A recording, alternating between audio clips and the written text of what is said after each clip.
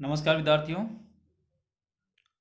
हम चर्चा कर रहे हैं जयशंकर प्रसाद कृत महाकाव्य कामायनी की और कामायनी की श्रद्धा सर्ग की। श्रद्धा सर्ग में अब तक हमने जाना इस कड़ी से पूर्व कि मनु श्रद्धा के पूछे गए सवाल का जवाब दे रहे हैं। श्रद्धा का सवाल था कि तुम कौन हो, और ये सवाल उस समय श्रद्धा पूछती है कि वो गांधार प्रदेश से विचरण करती हुई एक ऐसी जगह पर पहुंचती है जहां उसे अन्न के कुछ दाने दिखाई देते हैं। उन दानों को देख करके उसे ये एहसास होता है कि यह निश्चित रूप से कोई प्राणी है, और वो ढूंढती ढूंढती हिमालय के सीकर पर चली जाती है। वहां वो देखती है कि एक मनुष्य किन्हीं विचारों में खोया हुआ, अथास और निराश, अपनी गर्दन झुकाए बैठा हुआ है। श्रद्धा ने जैसे ही उसे देखा और देखते ही उससे सवाल किया कि तुम कौन हो। काफी देर तक मनु उस सवाल का जवाब ढूंढता रहा, लेकिन उससे पहले वो उस कोमल और मधुर आवाज को सुनकर के विचलित हुआ, आश्चर्यचकित हुआ कि मेरे अलावा भी इस सृष्टि पर कोई जीवित है। काफी देर उलझनों में उलझता हुआ अपने आप को सुलझाने का प्रयास करता रहा, और अंत में श्रद्धा के द्वारा पूछे गए सवाल का जवाब देते हुए उसने कहा कि मैं आकाश और धरती के बीच में टूटा हुआ एक तारे के समान हूं, जो अपने मूल स्थान से तो मैं बिछुड़ चुका हूं, लेकिन कहां जाकर के गिरूंगा मुझे नहीं पता। कभी वो कहता है कि मैं अपने ही दुखों को समेटे हुए इस निर्जन वन में घूम रहा हूं, और मुझे कोई सहारा देने वाला दिखाई नहीं देता, सुनाई नहीं देता। वो कहता है कि मैं अपने जीवन की उलझनों को सुलझाने का प्रयास कर रहा हूं, लेकिन समझ में नहीं आता कि मैं मेरे जीवन की उलझनों को किस प्रकार सुलझाऊं। कभी वो श्रद्धा से कहता है कि मैं अपने सुखमय जीवन के अतीत को धीरे धीरे भूलता जा रहा हूं, और जैसे कोई संगीत की मधुर तान अंधेरी गुफा में दूर तक जाते हुए विलुप्त हो जाती है, ठीक उसी प्रकार मेरे जीवन के आनंददायी क्षण धीरे धीरे विलुप्त निराशा के अंधकार में खोते चले जा रहे हैं, और मुझे जीने का कोई सहारा नहीं मिल रहा है।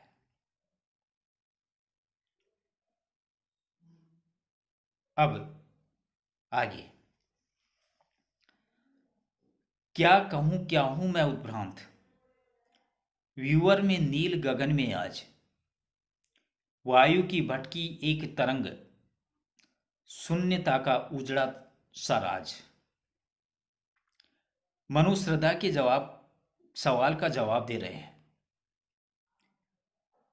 उत्भ्रांत कहते हैं लक्ष्यहीन, और वीवर खोखला। क्या हूं मैं उद्भ्रांत।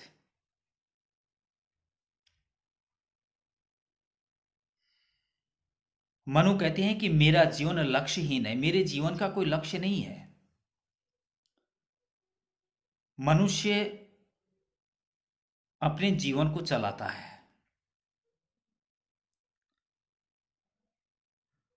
बचपन गुजारता है, बड़ा होता है, शादी होती है, बच्चे हो जाते हैं, फिर उसके ऊपर परिवार को संभालने की जिम्मेदारी आती है, और उस परिवार को परिवार की अच्छी परवरिश करने के लिए वो एक लक्ष्य तय करता है, कोई काम की तलाश करता है, मेहनत करता है, सुबह घर से निकलता है और शाम को लौट करके आता है, और अपने बच्चे और बीवी के साथ में सुखपूर्ण जीवन व्यतीत करता हुआ रात निकालता है, और सुबह फिर अपने काम पर लौट जाता है। लेकिन यहां उस व्यक्ति का एक लक्ष्य है, और उसका लक्ष्य है कि अपने परिवार को सुख समृद्धि देना, और इसी के लिए वो मेहनत करता है। लेकिन यहाँ पर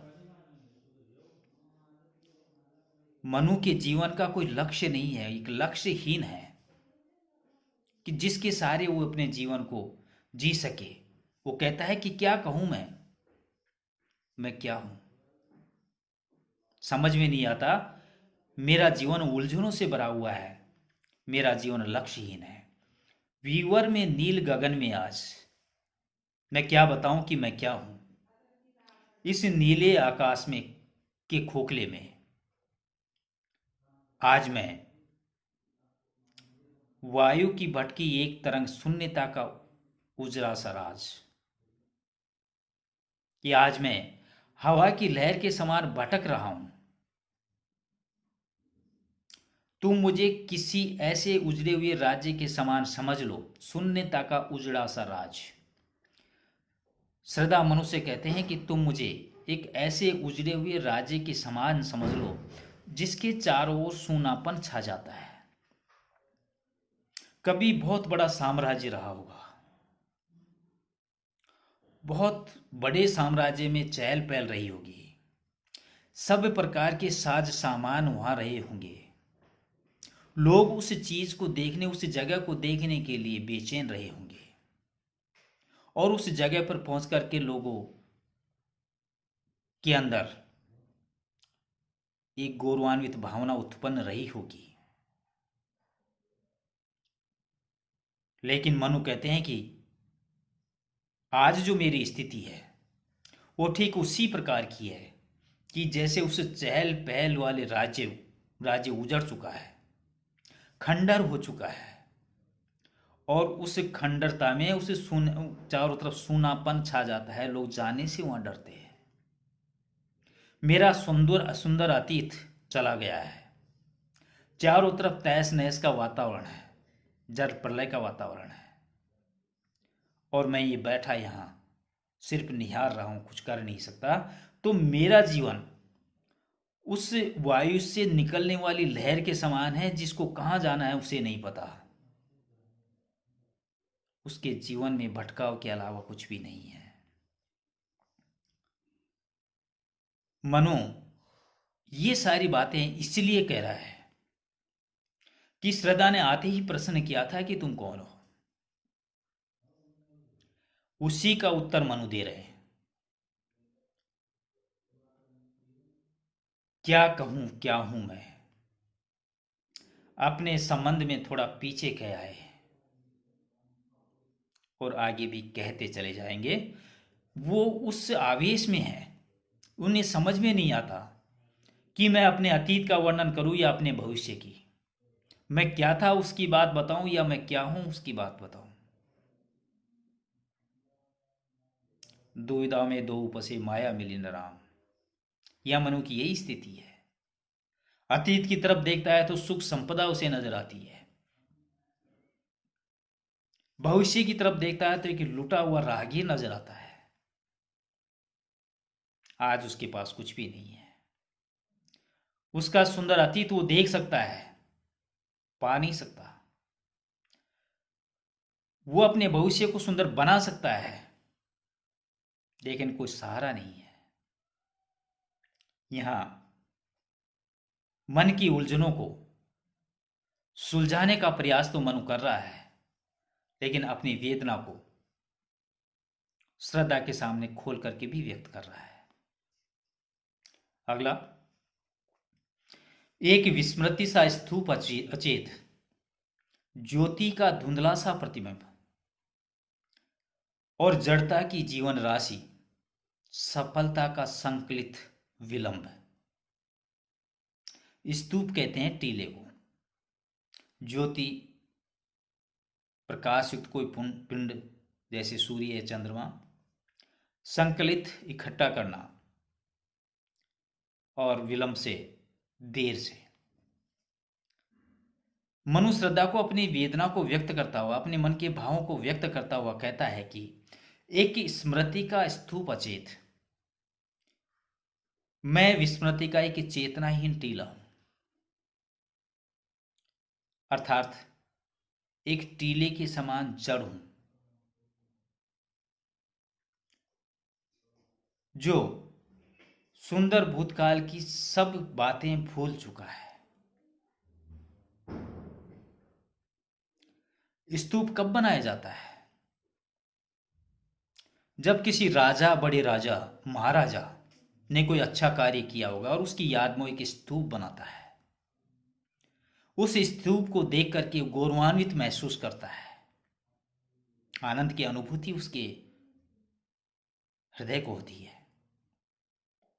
लेकिन आज जब सब कुछ नष्ट भ्रष्ट हो गया, सब कुछ खत्म हो गया, एक स्तूप खड़ा है,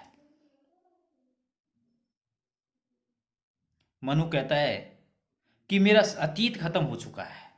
मैं उस स्तूप की तरह है जिसके बारे में कोई कुछ नहीं जानता। एक खंडर है, वो खड़ा हुआ है, एक जड़ है, क्योंकि उसका अतीत तो समाप्त हो गया है।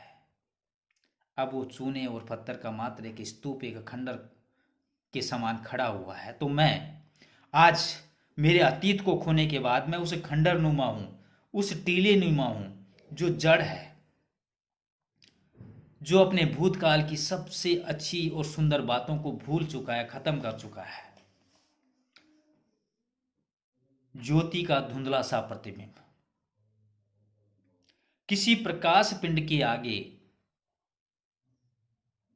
बादल छाने से जैसे धुंधला सा प्रतिबिंब पड़ता है, वैसे ही मेरी गति समझो।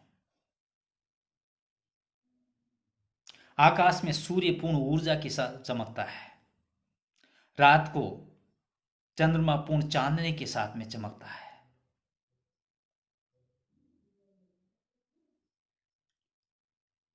लेकिन सूर्य के सामने जब काले काले बादल आ जाते हैं तो उसकी वो चमक भी फीकी हो जाती है, सिर्फ बादल नजर आते हैं। और उन बादलों की ओट में कहीं कहीं से, बीच बीच से कुछ कुछ किरणें नजर आती है। यही स्थिति चंद्रमा की होती है। यहां मनु श्रद्धा से कहते हैं कि मेरी स्थिति भी उस उल्का पिंड की तरह है, जिसका अपना एक सुंदर अतीत था, जिसकी चमक थी, जिनका इतिहास बहुत अच्छा था। लेकिन दुख के बादल छा गए, प्रलय की अवस्था आ गई, और उस प्रलयकारी अवस्था के अंदर मेरा जो अतीत है वो भी एक प्रतिबिंब की भांति धुंधला सा प्रतीत होता है। सिर्फ क्षीण सा नजर आता है, और जड़ता की जीवन राशि सफलता का संकलिप्त विलंब है। मेरी भी वही गति समझो, अर्थात कीर्तिमान देव जाति को का मैं शूद्र वंशज हूं। मेरा जीवन जड़ता का ढेर है। देव जाति का वंशज, जिनके पास संपूर्ण सुख सुविधाएं मौजूद है, जिनके एक आदेश पर मन में उठी हुई कोई बात तुरंत उसे मिल जाती है, आज वो एक सुंदर अतीत बन करके रह गया। आज मनु का जीवन वो जीवित रहते हुए भी जड़ के समान है, क्योंकि उसका कोई भविष्य उसे नजर नहीं आता। सफलता का संकलित विलंब है, और उसके सफल होने में देर होने लगी, अर्थात सफलता नित्य दूर होती चली जा रही है। आज उसे कोई चीज नजर नहीं आती, कोई अच्छाई नजर नहीं आती, कोई सहारा नजर नहीं आता, कोई उसकी चिंता को मिटाने वाला कोई आधार नजर नहीं आता। अपने अतीत को, अपने सुंदर अतीत को देख करके आज वो रोता है, क्योंकि आज उसके पास कुछ भी नहीं है। वो निर्जीव मात्र है, वो जड़ मात्र है। उसका अतीत खो चुका है, भविष्य उसे अंधकार में नजर आता है। अब उसके जीने का उसे कोई आसरा नजर नहीं आता। ऐसी दुविधा, ऐसी उलझन मनु के मन मंदिर में, मन मस्तिष्क में चल रही है, और वो जवाब देता है श्रद्धा के उस सवाल का कि तुम कौन हो। मनुष्य सोचता है कि मैं क्या बताऊं, मैं कौन हूं, मैं क्या हूं, मेरा अतीत क्या है, मेरा भविष्य क्या है, आज मैं जो कुछ भी हूं, आज मेरे पास क्या है। तो ये सारी बातें मनु श्रद्धा को दुखी होकर के बताने का प्रयास कर रहे हैं। इस कड़ी में आज इतना ही। अगली कड़ी में हम आगे की चर्चा करेंगे। तब तक नमस्कार।